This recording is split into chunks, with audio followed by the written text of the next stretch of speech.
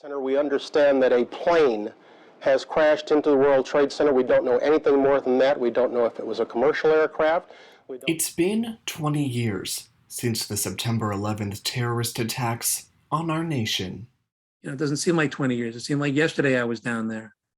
I see pictures of it on TV. I can smell it.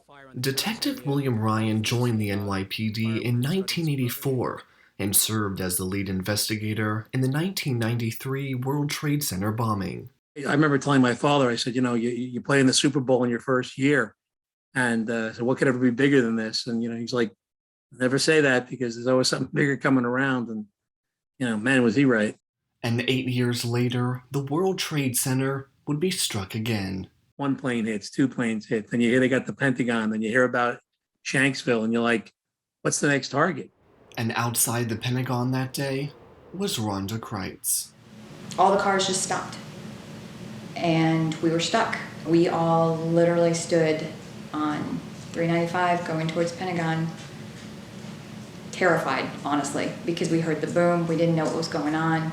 As a member of the Red Cross DAT team, Rhonda flew to New York to assist at Ground Zero. It was a dust field. The air smelled.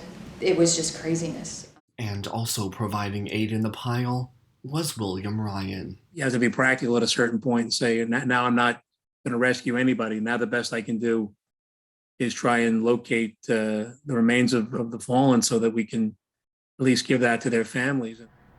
Almost 3,000 people lost their lives on 9/11, and among them, Craig Miller.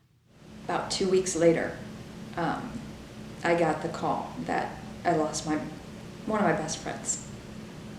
He was in the Secret Service, and he was up there with a dignitary. Slowly you're finding out, this one's dead, it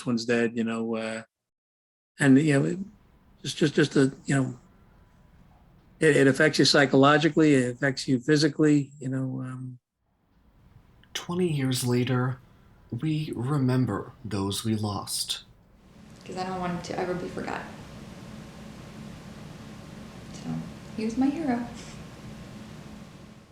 For WIN TV, I'm Garrett Bohannan.